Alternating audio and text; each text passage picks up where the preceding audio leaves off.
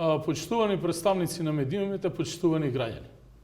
Еве веќе трета недела поред во општина Куманово се случува невидена тортура и притисок од страна на поедини полициски службеници.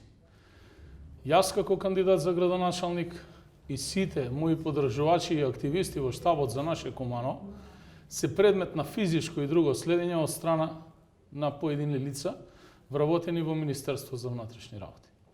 Имено денеска, откако го напуштив своето работно место и се упатив кај мојот матичен лекар за да дадам на редовен преглед и да примам терапија, по пат се упатиме заедно со лицето Дејан Димитриевски, кој што управуваше со моторното возило, кое што е уредно, технички исправно, и бевме целосно следени целиот период од страна на возило со бела боја, марка Шкода Октавија, кое што нема одбележени флешери и други пропратни елементи дека е полициско возило, но имаше полициски таблици.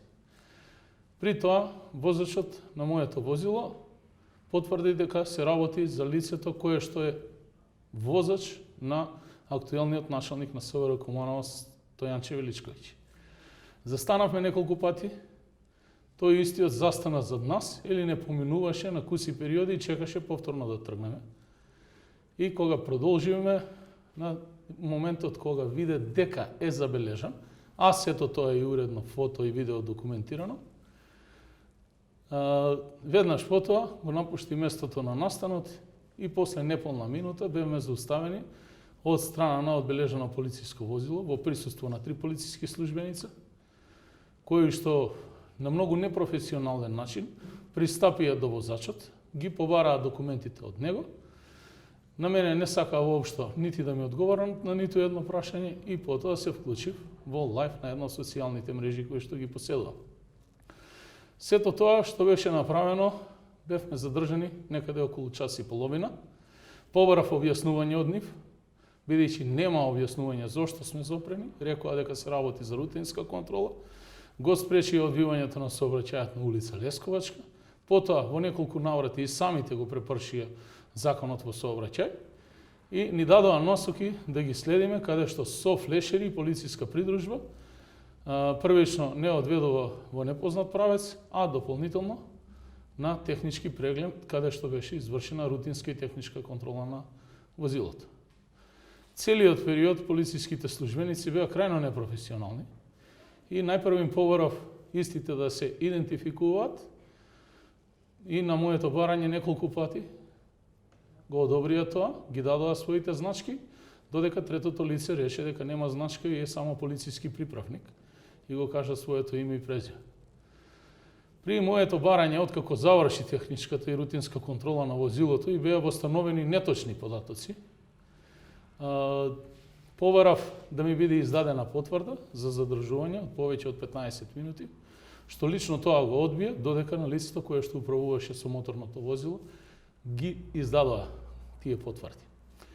Во оваа прилика сакам најостро да демантирам одредени надписи на одредени електронски портали и медиуми дека имам управувано со моторно возило и наводно истото не било регистрирано. Тоа е апсолутна невистина. Во целиот временски период, додека сум во кампања, многу ретко управувам со моторно возило. Моторното возило кое што го користиме во кампања ја поседува целата уредна техничка и друга документација согласно законот и управувано согласно полномошно од страна на други лица. Почитувани, ова е само континуитет во обидот да бидат заплашени луѓето во тимот на Максим Димитриевски и мене како кандидат и сакам да испратам една јасна порака. И до господинот Оливер 1 и до господинот Оливер 2. 31 е многу близу.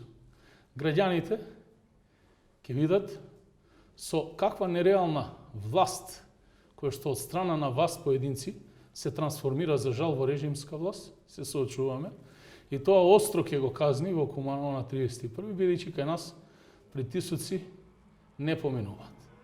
Дополнително слушнав дека е покрената активност во рамки на Министерството за внатрешни работи за евентуална истрага од внатрешна контрола.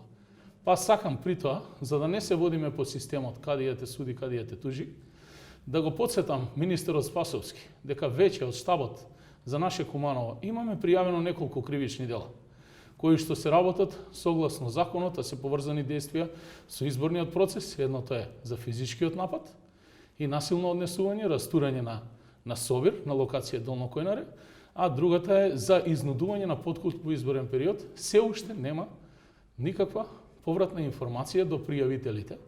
Па еве апелирам министре да се вклучите директно да ги расчистите овие случаи. Но паралелно со тоа сме сведоци како се прославуваат лажни настани за лажни победи, на кои што се пее и од ваша страна директно со слоганот Чао Максо, а вистинската песна е Чао Бела.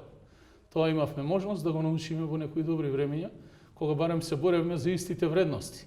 Но денеска, министре, вие се зборите токму поради таквите вредности кои што своевремено се боревме заедно. Затоа уште еднаш апелирам на смиреност во јавноста. Благодарам за поддршката која што искажаа поединци од интерес дојдоа на лице место каде што бевме некаде околу час и пол спрешени да ги вршиме нашите секојдневни работи и јас да посетам лекар секако, а ние заедно со граѓаните продолжуваме напред за наше Куманово и секако за поголеми демократски вредности во наша Македонија. Благодарам. Дали имате прашања? Господин Димитриев, тоа не е прв пат да ознамите дека имате политички притисоци, односно притисоци од МВР.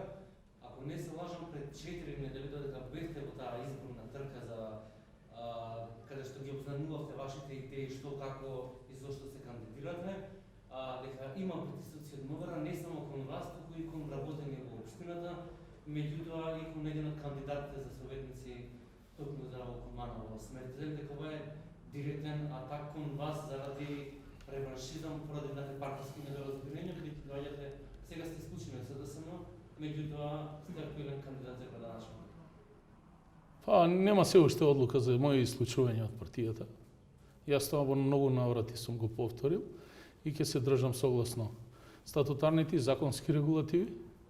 Жалам, не можам да генерализирам и да кажам дека МВР, бидејќи таму има навистина високи професионалци кои што најголем дел од нив за жал сега се во шума, испратени на дополнителни задачи, а во самото министерство се донесуваат квази инспектори со завршена педагошко или друго училиште и се ставаат на високи позиции, кои што всушност не ја вршат професионално својата работна задача, туку работат исклучено во партиско-политички цели. Јас сум предмет на истраги во рамки на СВР Куманово повеќе од 3 години и сите постапувања од страна на СВР Куманово се постапувања по однос на неосновани, наводни, анонимни кривични пријави, кои што никогаш немаат свој епилог, но ниту когаш по службена должност не се гонат лажните пријавители, бидејќи тие се пишуваат од страна на поединци таму внатре и потоа се реализираат за да ме деорганизираат и да ме насочат во друга форма да работам и да се бранам со правни тимови, а не да се посветам на граѓаните на општина Куманово. Знаете, постои едно правило во Македонија и тоа србите го имаат: два лоша убише ми лоша. Се здружуваат лоповите и викаат држте лопова, но како и да е, граѓаните тоа ќе го препознаат. Јас воопшто не се плашам, ниту пак се обесхрабрувам од ваквите обиди. Јас сакам лично да го прашам господинот министер што бараат членови на неговото лично обезбедување и членови на 6-та управа на денот на избори во гласачко место Ајдучка, Чешма, Пуковско и на многу други локации. До ден денеска, иако имавме пресконференција, тоа никаде не беше објавено, ниту добивме одговор за тоа. Дополнително да ги повикам и набљудувачите од ОПСИ и од ИХР. Слушаме дека сме имале солиден изборен процес, но сметам дека во Куманово не беше така, бидејќи објавивме суштински докази каде што буквално се загрозува законските процедури во делот на демократска процедура на еден изборен процес. И ние очекуваме уште поголем притисок на 31-ви, но заедно со граѓаните ќе победиме, бидејќи поддршката е повеќе од евидентна. Нема да поминат ни пакети, ни цели палети бекатон плочки и многу други работи, а континуирано општината е спречувана да ја реализира својата годишна програма за работа, бидејќи ние сметаме во општината дека без разлика дали е изборен процес или не, ние сме должни да испорачуваме кон граѓаните согласно годишна програма. Не може општината да престане да работи, но поединци во МВР се обидуваат да не спрешат во тоа и тоа нема да не обесхрабрат, ние ќе продолжиме. Сепак ова е Куманово, овде притисоците се не поминуваат. Кои механизми ќе ги преземете во однос на денешниот случај? Па имаме институционални механизми, но секако дека нема да ги пријавуваме случаите во СВР, бидејќи одат по принцип каде ја бе тужи, каде ја бе суди, се додека во ова ресорно министерство е господинот Спасовски, јас лично немам доверба во ресорното министерство, но таму има високи професионалци кои што еден ден ќе работат, сите потребни докази и документи ги чуваме и ќе ги депонираме таму еден ден каде што треба за да се изврши целосна контрола на сите случаи. Ако погледнете дека гонење на лица по службена должност во организиран криминал, немате епилог на многу случаи, се уште стојат, тоа беше случајот и со ковид случајот кога беше намонтирана кривичната пријава и тоа е сосема доволен показател дека не во вакви случаи треба да се има целосна доверба во институциите на системот. Чие беше возилото во кое што се превезувавте и каков епилог на крај имаше? Значи, дали после техничката контрола се утврди дека навистина имате залепено поли без да има законска основа за тоа? Значи, возилото е собственост на лизинг компанија, добиено е на користење, уредно со договор, со сите документации, и во самото возило јасно се гледа во сообраќајната дозвола дека возилото поминало на атест и може да има таков тип на фолии. Инаку возилото кое што не следеше исто така имаше такви фолии каде што не се гледаше кој управува со возилото и го видоме преку шофершајната. Така според законот службени возила само може да имаат затемнети стакла, дали е службено со оглед на тоа што ако тоа што е следело е службено возило, што рековте дека со таблици на МВР, дали вашето е службено? Не, моето возило не е службено, тоа е возило на лизинг компанија со кое што имаме договор за користење, кое што го користиме со полномошно, ние државни ресурси не употребуваме во изборниот процес и како сум влезен во кандидатура за градоначалник, но во ниту еден момент не користам службено возило, туку користам изрентано приватно возило, кое што согласно законот има право да има затемнети стакла, но суштината овде не се работи за стаклата. Не е тоа, стаклата не се прекршок со кој што помпезно градоначалникот се затвора во кола без никакво образложение и како најголем криминалец се шета низ целиот град со ротации и се води на технички преглед. Тоа се решава за 5 минути. Јас не добив никакво образложение од страна на полициските службеници, кои што и нема одговор, бидејќи цело време комуницира на телефон и по други средства за комуникација, предпоставувам со нивните предпоставени, па тие нека дадат објаснување.